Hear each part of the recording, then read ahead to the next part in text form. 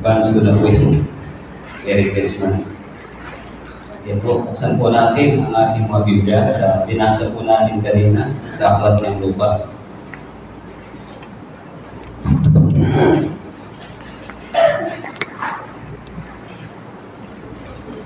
Kung ating pong babalikan ang church history tungkol sa pagse-celebrate ng Pasko.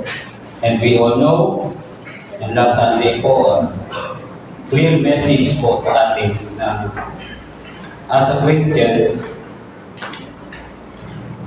kaya tayo magse-celebrate ng Pasko is because we know the meaning why we celebrate Christmas. And hindi po tayo nangahamak ng hindi taga-sunod ng ating Panginoong Yesu Cristo. Bagkus, atin pong ipinapanalangin na sa pagkilos at sa biyaya ng ating Panginoong Yesus, sila ay makaunawa o makatanggap ng totoong meaning o malaman nila ang totoong meaning why we celebrate Christmas. And biblically, wala pong date, exact date na nakalagay kung kailan talaga yung exact date na pinanganak ang ating Panginoong Yesus. Pero ganun pa man, bilang Kristiyano, dapat tayong maganap na dumating yung araw na iyon na ibinigay sa atin ng ating Panginoon ang kanyang buktong na anak upang sa ikaliligtas ang sanlibutan. And kung babalikan po natin, ba't nagkaroon ng December 25? Noong yung theology po kasi ang ating pag-aaralan. By the way, yung title po, The Theology of Christmas. Sabi po ng istorya na kung babasahin natin, bakit nagkaroon ng December 25? Yung ancient Christian, ancient practices, pag December 25 po, yan ay itinalaga sa mga pagano na pagse-celebrate sa kanilang mga Diyos-Diyosan.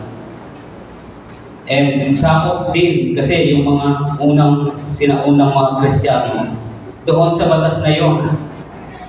Ba't ang ginawa po ng mga tunay ng Kristiyano ay ginawa nila yung December 25 and dinedicate po nila to Christ bilang the Son of Righteousness. And that's why ngayon, ito po yung ating, kumbaga, na-adapt natin. But sabi ko nga kanina, kung bata po, yung mga bata, tatawagin natin, ano ba yung meaning ng Christmas sa iyo? Siguro, maririnig natin sa kanila regalo. Kasi pera, o mga ninong, nina. Mga ano ba, yung makikita pa natin, Christmas tree, Santa Claus, mga reindeer. Pero yun ba talaga ang tunay na kahulugan ng Pasko? Sabi po, dito sa ating binasa, sa verse 11 po, magpo-focus tayo sa verse 11. This is our key verse. Sapagkat ipinanganak sa inyo ngayon sa lungsod ni David ang isang tagapagligtas na siya ang Kristo, ang Panginoon. Dito pa lang po makikita na natin kung ano ang purpose ba't binigay sa atin ng ating Panginoon ang kanyang buktong na anak.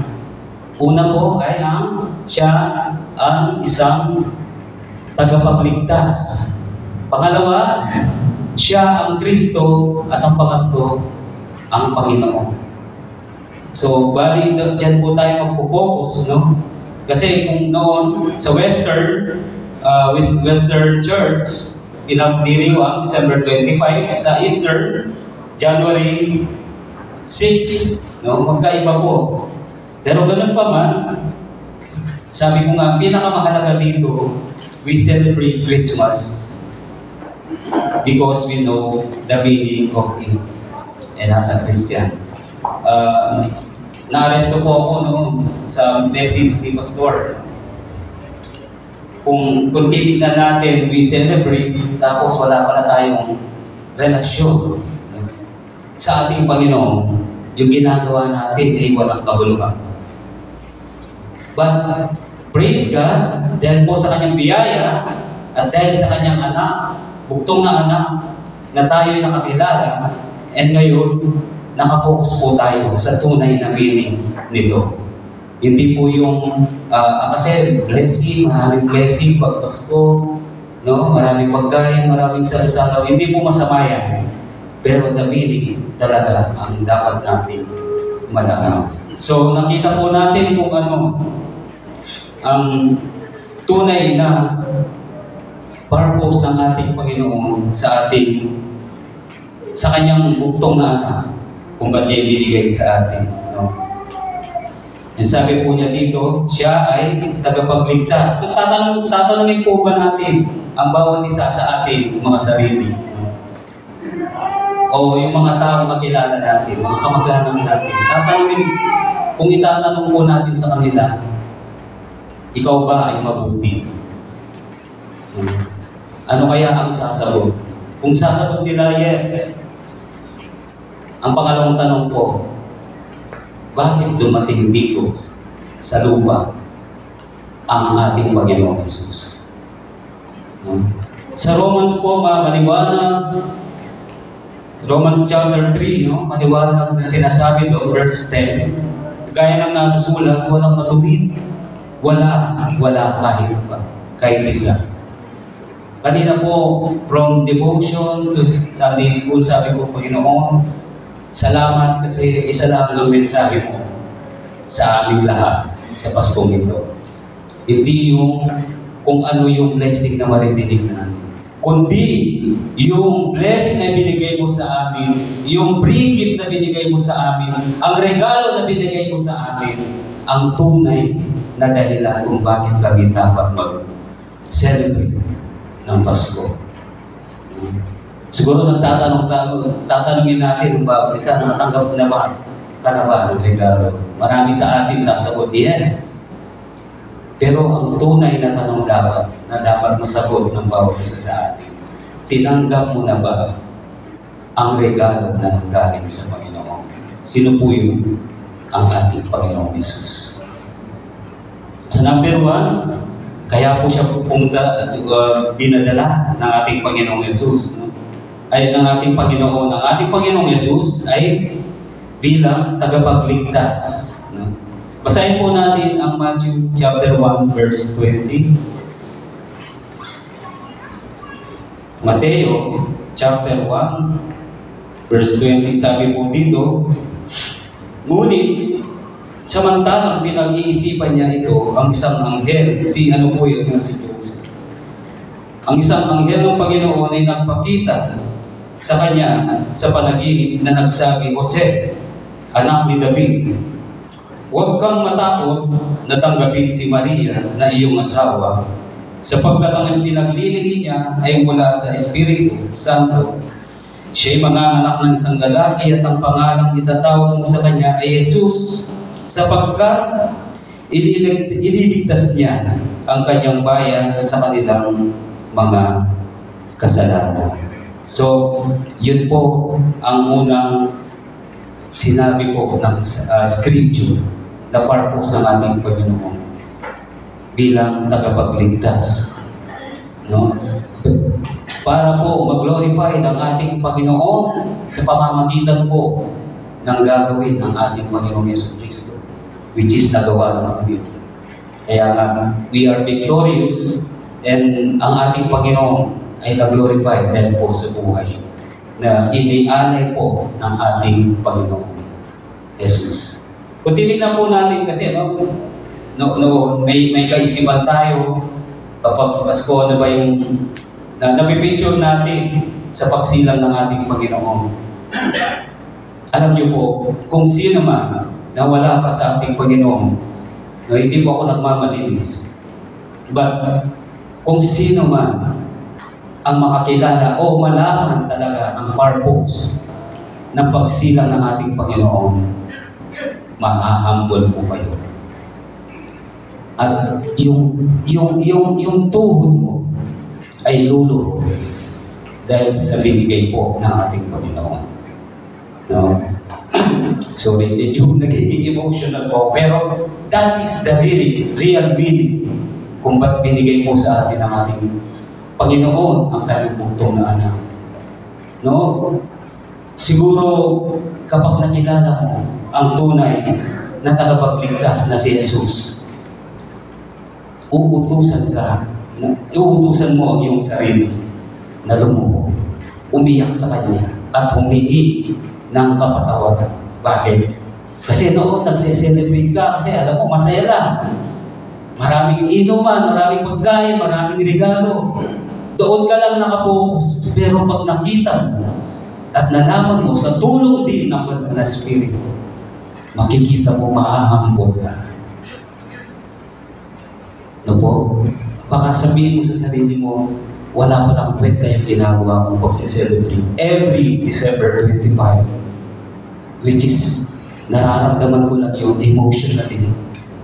Pero sa spiritual, wala kang nararamdaman patungkol. Kasi bakit? Hindi mo pa talaga binigay ang buhay mo sa ating Panginoon Jesus. Ngayon, tagapagligtasan, sino ba yung kanyang ililigtas? No? Sabi po sa Luke chapter 11, no, yung kaninang binasa natin, siya'y magiging tagapagligtas. And sa Romans chapter 5 verse 10, sapagkat kung noong tayo'y mga kaaway, ay pinagkasundo tayo sa Diyos sa pamamagitan ng kamatayan ng kanyang anak, lubha pa gayong pinagkasundo na ang maliligtas ay maliligtas tayo sa kanyang buhay. Imagine po, no? Wala tayong kaalam-alam noon. Noon wala pa tayong relasyon sa ating Panginoon. Nagsasaya tayo every December 25, o sabihin na natin Pasko, wala tayong kaalam-alam, kaaway pala tayo ng Diyos. Bakit po? Because of sin. Kahit po na wala kang alam kung anong ginawa mo sa Diyos. Pero automatic, noon, wala pa tayong relasyon sa Kanya. Kasama tayo doon sa mga naging kaaway ng Diyos. Kaya nga sabi niya dito, noon, wala tayong kaalaman, tayo mga kaaway. Pero ang ginawa po ng ating Panginoong Yesus, no, tinanggap niya anuman yung binigay sa Kanya na role ng ating Panginoon. Bakit? Para pagkasundo tayo. Sa mga magkakapatid o magkakaibigan o mag-asawa, napakahirap o nang may gap kayo. Napakahirap na everyday nakikita kayo or namumuhay kayo na meron kayong sama ng loob sa bawat isa. Bakit? Parang wala kayong peace of mind. Ganoon po tayo sa harapan ng Diyos. Sa sarili natin, emotionally, may peace tayo, pero sa Diyos, tayo itinuturing niyang kaaway. Hindi po dahil sa tayo gumawa ng hindi ayon sa Diyos. Bagkus, yun po yung bunga ng kasalanan. Tayo lahat ay kasama. Sabi nga po doon sa ating binasa sa Romans 3, walang nakasumpo, ay walang matuwid, wala ay isa.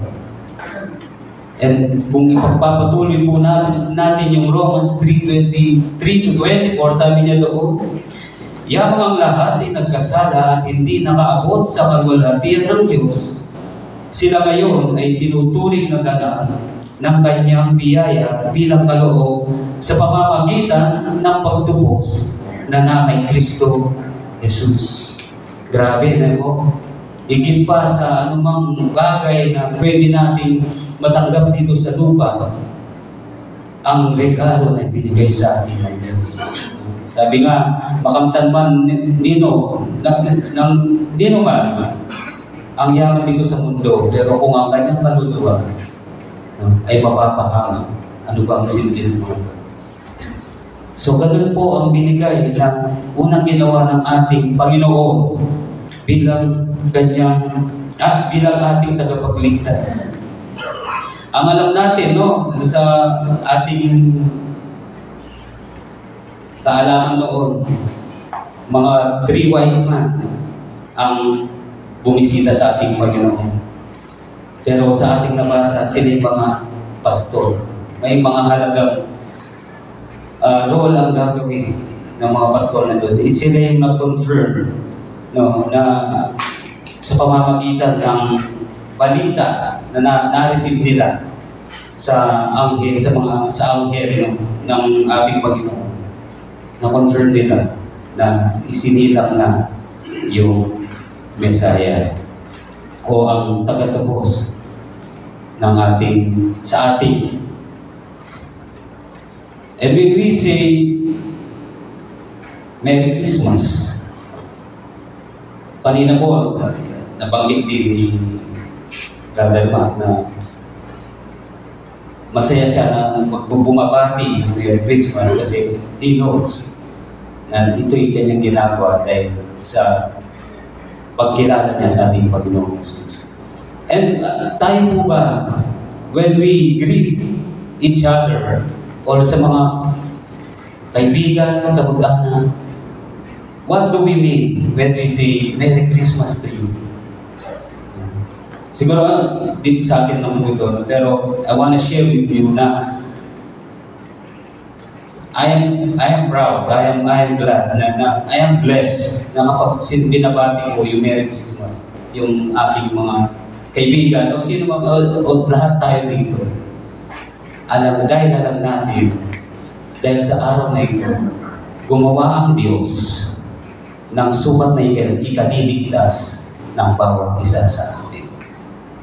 Kaya pag ginrin natin yun, hindi dahil masaya lang, dahil may marireceive sila, dahil may pagkain na nakaanda, higit sa lahat, we greet Merry Christmas dahil pinapakilala natin sa kanila na ang araw na ito, hindi man yung exactly na nakasulat sa Bible, ay ipinagdiriwang dahil sa ating mga makasalanan. Bagay, binigay ng Diyos ang susi para tayo maligtas. Amen po ba? Amen.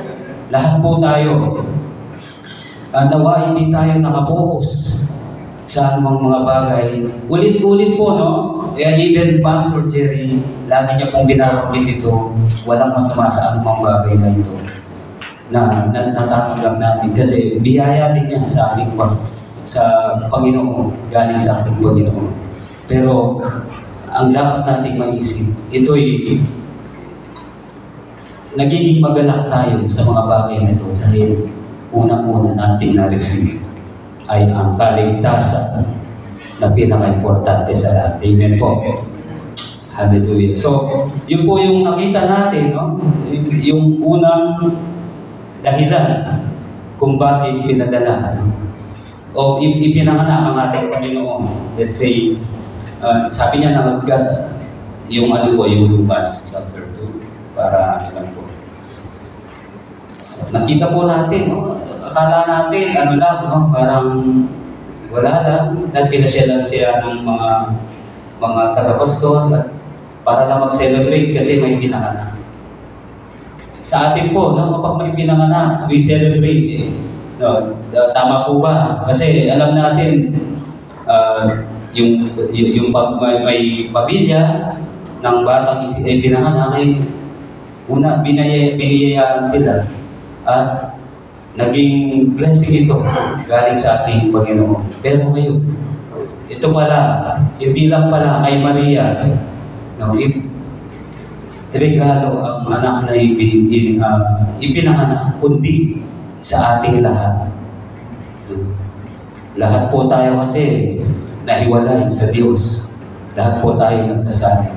So, sakop po tayo sa pangakong ito na ang Diyos, o sabihin na natin sa bayan ni David, ang isang tagapagligtas na siya ay Kristo ang Panginoon. Siya ang magliligtas sa atin. And number 2 po, na makikita natin, kasi napakahalaga po na malaman din natin kung bakit binigay ang tatlong salitang ito sa ating Panginoong Hesus. Sabi niya, ulitin natin, sapagkat ipanganganak sa inyo ngayon sa bayan ni David ang isang tagapagligtas na siya ang Kristo. Unang tagapagligtas ngayon, siya ang Kristo. No? Napakahalaga din po na hindi lang tayo mag-focus sa New Testament. No? Yung Old and New Testament, yung pong pag-aaralan natin yan, ito po yung nakaporsyadow talaga sa ating Panginoong Hesus. Ito yung binabanggit.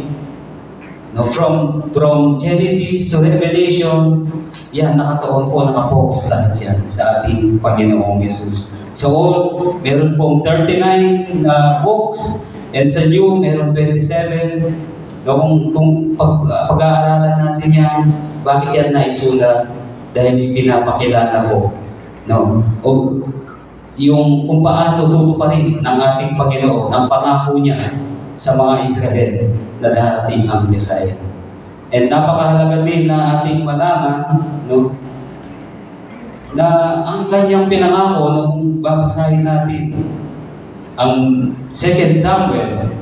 No, sige po basahin natin. No? 2 Samuel chapter 12 verse 16. Dahil ito pong ating pinag-aaralan ay Kristo. May nyo po na hindi po apelido yung Kristo. Baka katulad ko, Eliezer Malyari. Yung first name ko is Eliezer and yung last name ko is Malyari. Kaya sa ating Panginoong Hesus, hindi po siya yung first name Jesus and Christ is the last name. Ibig sabihin po, si Jesus ang Messiah. No? Hindi po katulad natin na siya po ito po yung tawag sa kanya na siya yung Messiah. Sige po 2 Samuel chapter 7 verse 12. Diyan na lang po tayo para pare-paras na. Sabi dito, at bumabango ng mga matanda sa kanyang bahay, 7 chapter 7 po, verse 12 to 16. 12. Yeah. Sabi po ni Nathan dito, pagka ang inyong mga araw ay naganap na kay Haring David po, no? At ikaw ay matutulog na kasama ng iyong mga magulang, aking ibaba mo ng iyong binti pagkatapos mo na magmumula sa iyong tiyan at aking itatatag ang kanyang kaharian. Sige po. Kaniyang ipagtatayo ng bahay ang aking pangalan at aking itatatag, luklukan ng kanyang kaharian magpakailanman. Ako'y magiging kanyang ama at siya'y magiging aking anak.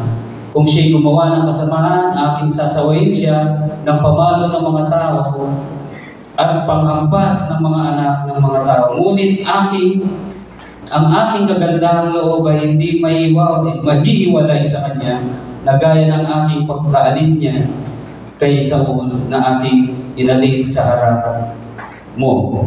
At ang iyong sambahayan at ang iyong kaharian ay magtitiwasay magpakailanman sa harap mo. Ang iyong luklukan ay matatatag magpakailanman. And last po, ayon sa salita ng mga ito at ayon sa buong pangitaing ito ay gayon sinalita ni Nathan kay David. Na meron po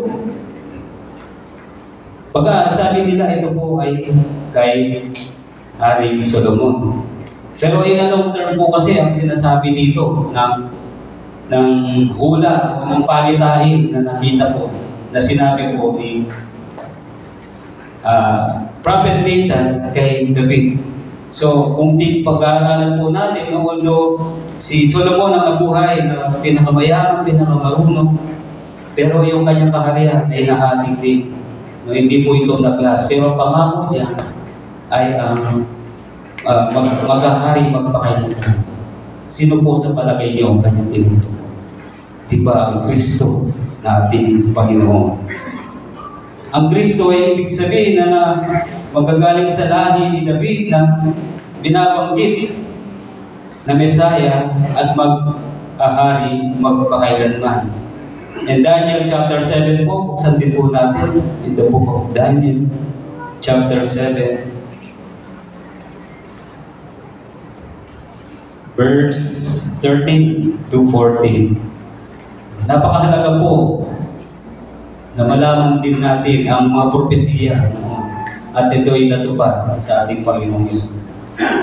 Ako'y nakakita, sabi ni Daniel, ako'y nakakita sa pangitain sa gabi at narito lumabas na kasama ng mga alabaha sa langit ang isang gaya ng anak ng tao. At siya'y naparoon sa matanda sa mga araw at inilipan.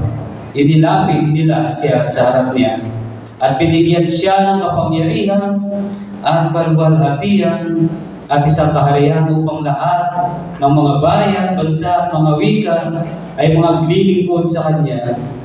Mga lingkod sa kanya, ang kanyang kapangyarihan ay walang hanggan, kapangyarihan na hindi lilipas ang kanyang kaharian ay hindi magigiba. Siya po. Okay na po yan. So yun po, nang pinapatunayan ko na kung gaano noon pa man ay ipinangako na ng Panginoon ang pagdating ng ating Mesaya. Ng Mesaya o si Kristo na ating sinasamba ngayon bilang Diyos at tagapagligtas. Sa mga kapatid natin na hindi pa sure, no, na wala akong talagang relasyon, no, and hindi po ako nagmamalinis, hindi po ako dahil perfect na ako, hindi. Baka sa sarili po natin, hindi pa tayo sure na meron na tayo talagang relasyon sa ating Panginoon. This is the time na nire-remind po tayo every time, no, na sumasapit ang ganitong panahon. Daway, hindi po tayo nakapokus lang sa makamundong kaparaan o sa makamundong mga bagay. I-focus po natin ang ating sarili sa ating Panginoong Yesus. Bakit? Ang ating pong katawan is composed of three, no? Yung flesh, yung spirit, tsaka po yung kaluluwa, no? Pero sabi sa Genesis, from dust you came from, to dust you will return. Lahat po tayo, walang may pagmamalaki, hindi natin may pagmamalaki na hindi tayo lilipas. Lahat tayo ay may katapusan. Kaya nga binanggit na ng Diyos yun. Alam po natin yan, nung nagkasala si Eva at Adam, si Adam and Eva. Doon po pumasok ang curse ng kasalanan.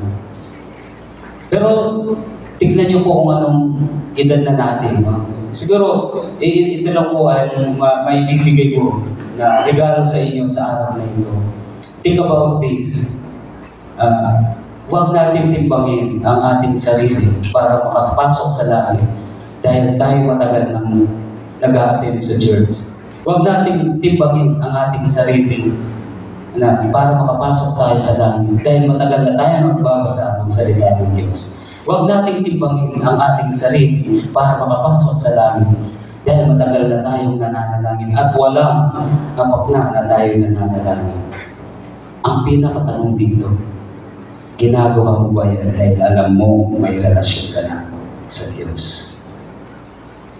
Lahat po tayo pwedeng mag-attend sa church. Lahat po tayo pwedeng umawit sa papuri ng Diyos. Lahat po yan pwede natin gawin. Pero kung wala tayong relasyon sa Diyos, lahat po yan ay uuwi sa walang kabuluhan. No? Yung pong ating kaluluwa, yung lupa, yung ating katawan, uuwi sa lupa. Ang ating kaluluwa. No? Sabi nga po sa James, no? Ay, Hebrew ba yun? Sa James, na lahat tayo ay haharap pagkatapos ng kamatayan, tayo ay haharap sa kaatulan ng Diyos. And I'm sure lahat po tayo, alam natin na merong eternity. Pero ang tanong, anong klaseng eternity ba?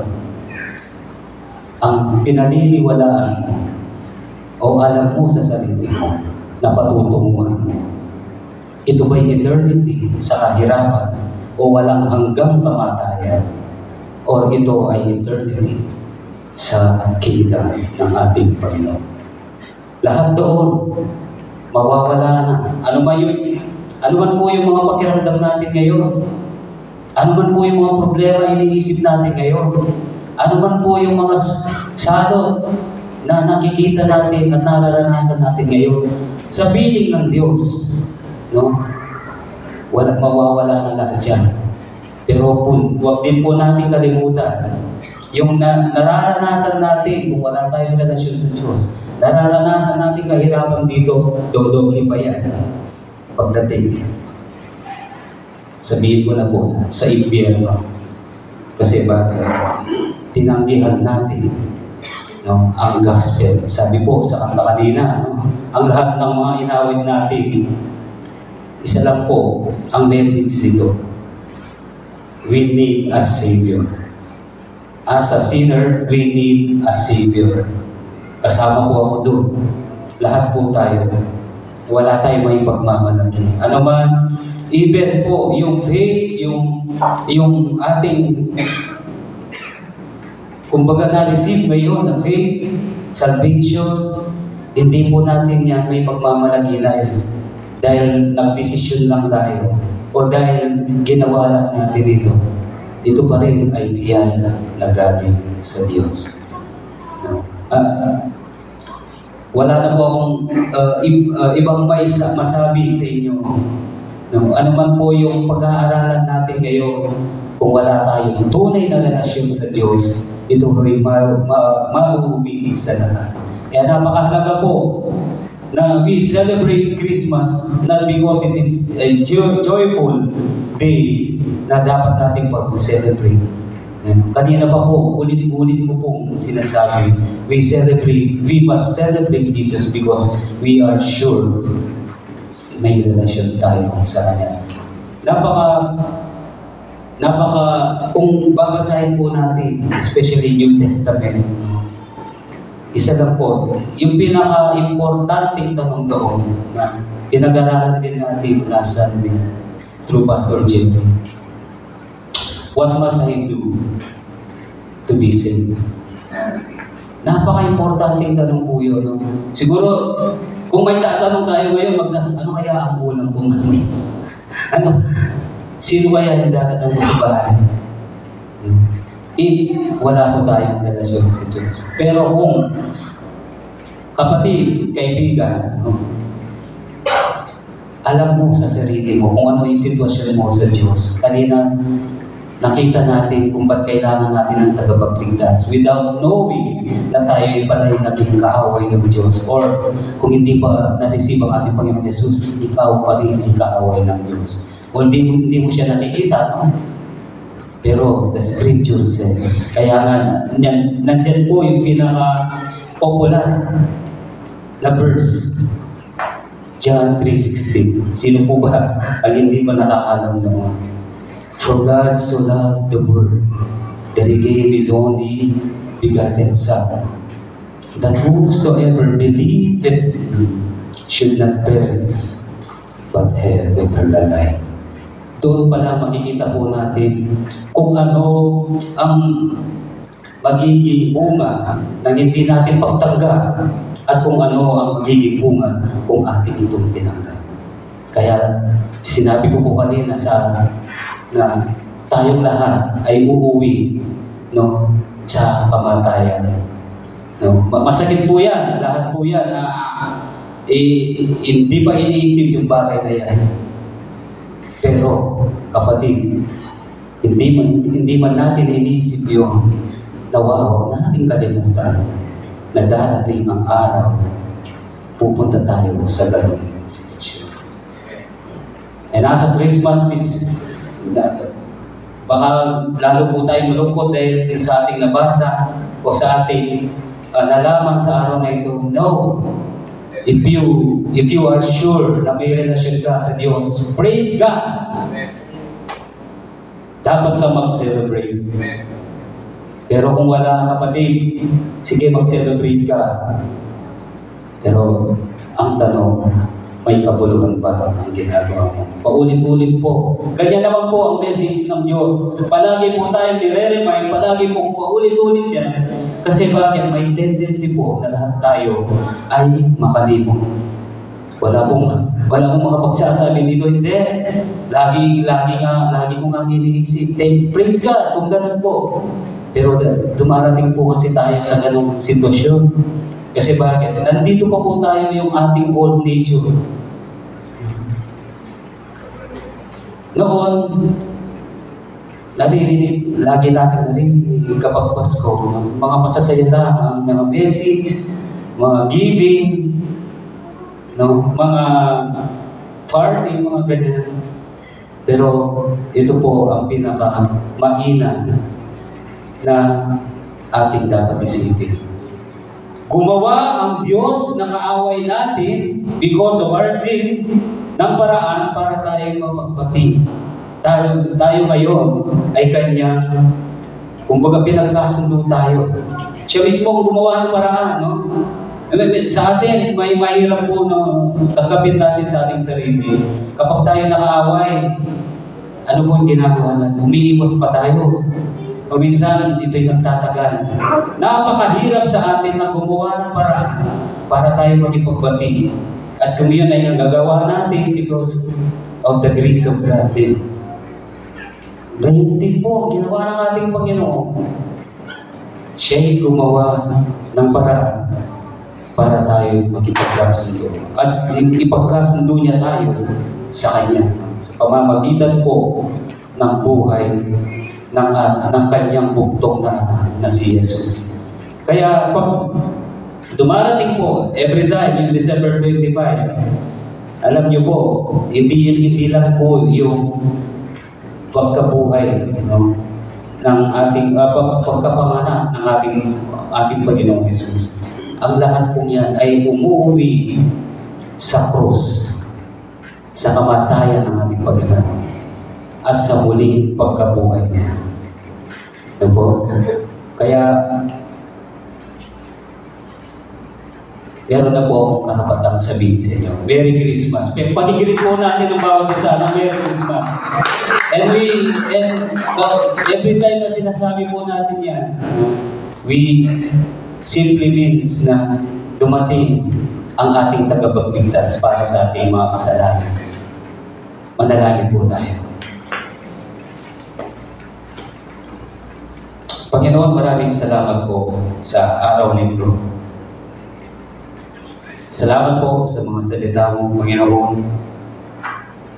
Ipinaalala mo sa amin. And ang aming pagseselebrate, Panginoon, ng Paskong ito ay hindi lamang dahil sa mga material na bagay.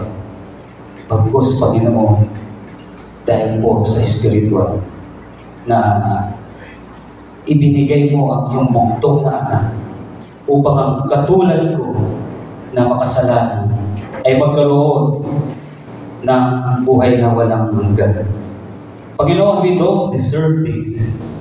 Pero dahil sa laki ng iyong pagmamahal mo sa amin, especially sa akin na makasalanan, ikaw mismo, Panginoon, na naging kaaway namin noon, ay pinagkasundo mo ang sarili mo sa pamamagitan ng iyong bugto na anak na si Jesus. Panginoon, kung hindi pa po ako sure sa araw na ito na meron na talaga akong karapatang mag-celebrate ng tunay na kahulugan ng Paskong ito, ipaalala mo sa akin, Panginoon, ang mga salita na ibinigay mo ang aming Panginoong Yesus upang aming tagapagligtas, aming Kristo, aming Panginoon. Nawa, Panginoon, sa sarili namin, maranasan namin, especially sa mga kapatid, mga kaibigan na wala pa relasyon sa aming Panginoon Yesu Cristo. Salamat po, Panginoon. Pagpalain niyo po ang bawat isa at ipaalala mo lagi, Panginoon, ang kahalagaan ng iyong mga salita. Itong mga salitang ito ang nagtuturo, nagko-correct, at nagpapalakas sa amin, nagbibigay ng gabay kung paano mamuhay bilang tunay na Kristiyano.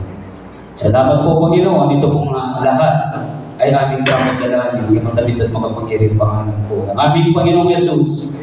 And we all say, Amen. Merry Christmas po.